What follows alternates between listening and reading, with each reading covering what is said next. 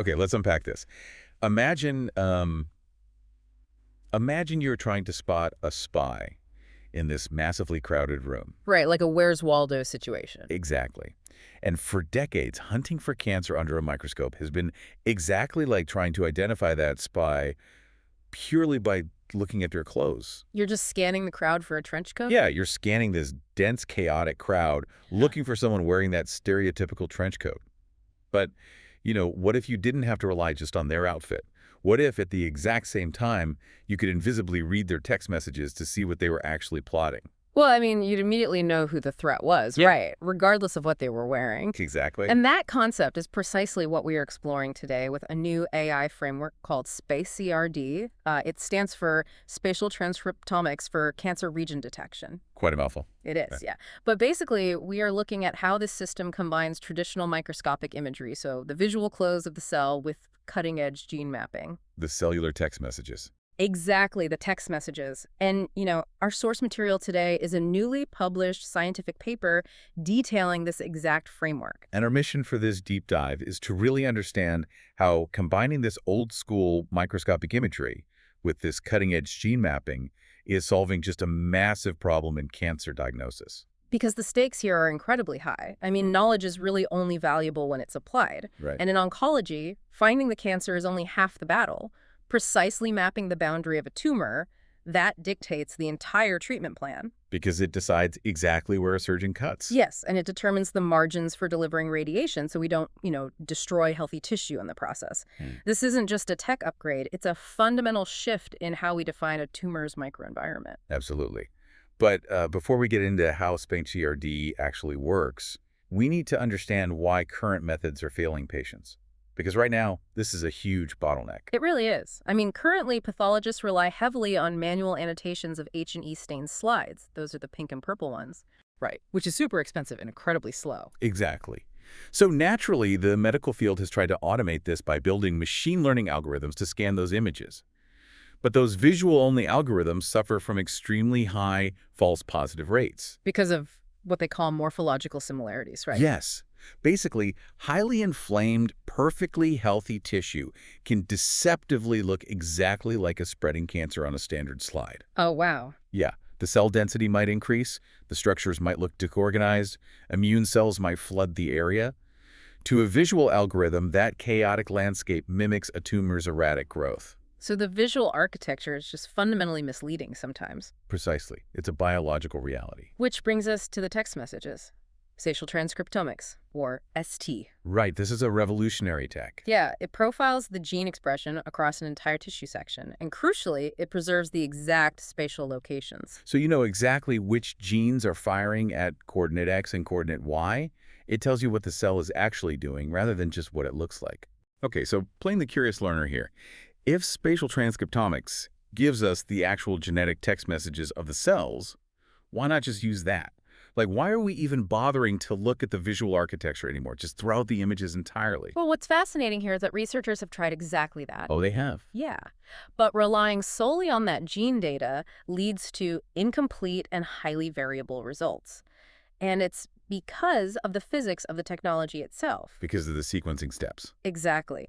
To get those exact spatial locations on a slide, ST requires complex chemical sequencing steps, and those steps inevitably introduce severe background noise into the data.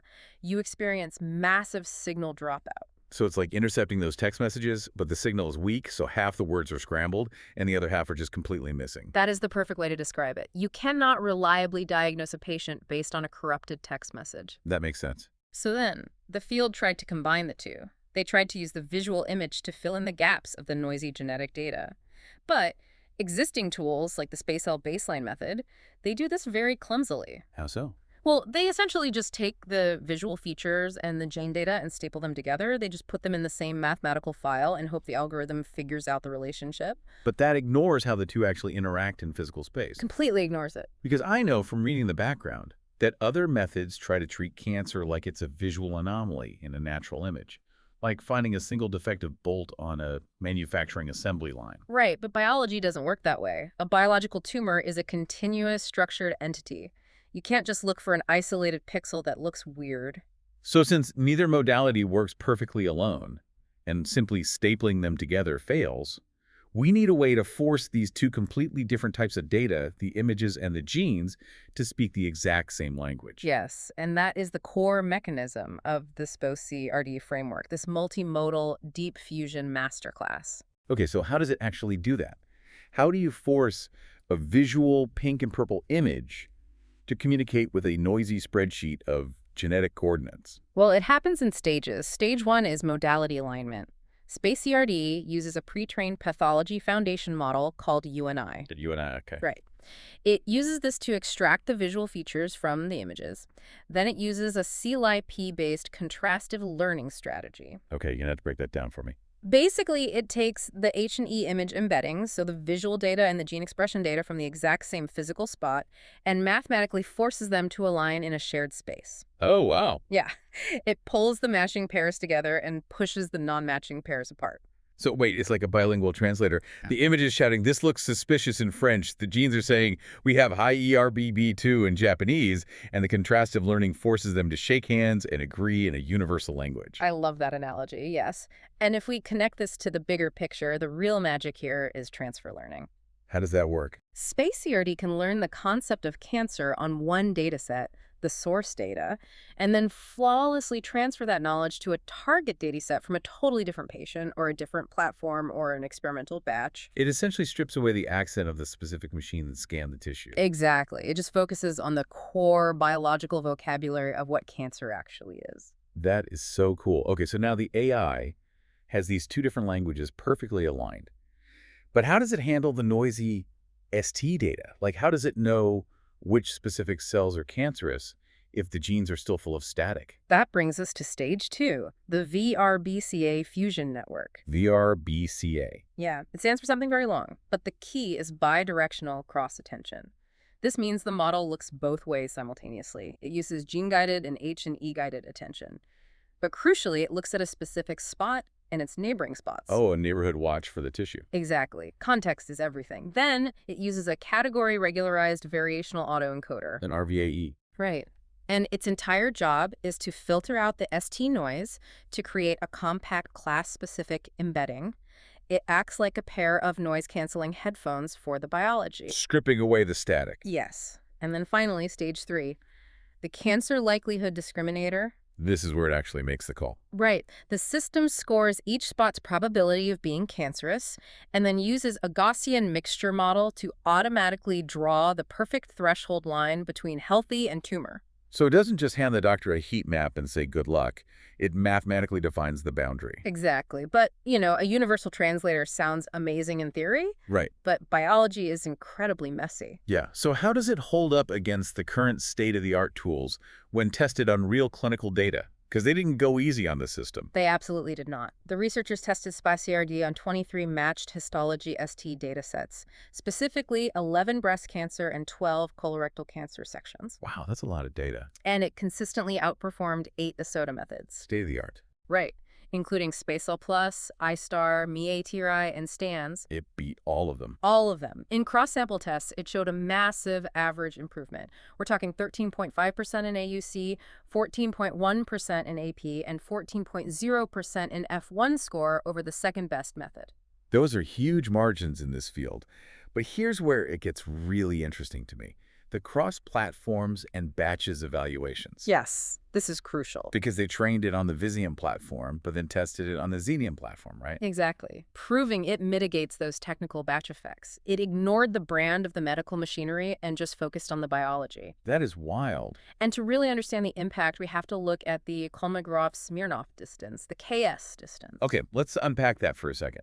For someone who doesn't spend their days reading statistical distribution charts, what is KS distance? Simply put, it measures the separation between two different groups of data. So imagine a pile of scores for healthy tissue and a pile of scores for cancerous tissue. You want the physical distance between those two piles to be as wide as possible. Right, no overlap. Exactly. If they overlap, you have a gray area. Spatial Plus achieved a KS distance of about 0.494. Okay. SpaCRD achieved a KS distance of all 0.754. Wow. That is a massive jump. It is. SpaCRD isn't just making incremental guesses. It's creating a highly confident dividing line. Yeah. It's eliminating that dangerous gray area in diagnosis where doctors are forced to just guess. Okay, so it passes the MAD test with flying colors. Yeah. But, beating benchmark numbers is a great math victory. But the true value of medical AI is showing doctors something they couldn't see with their own eyes. I completely agree. Yeah. And the aha moments in this paper are just incredible. Yeah, let's talk about the XEHBC dataset anecdote. Yeah. Because SpaCRD didn't just find cancer, it automatically stratified the severity of it without being explicitly asked to. Yes.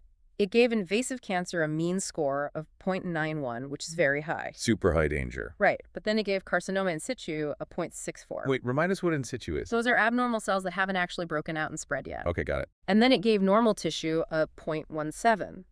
But the key here is that competing models completely failed to separate the in situ from the normal tissue. So competing models just blurred the precancer and the healthy tissue together. Exactly. SpaCRD recognized a biological nuance that was almost imperceptible visually.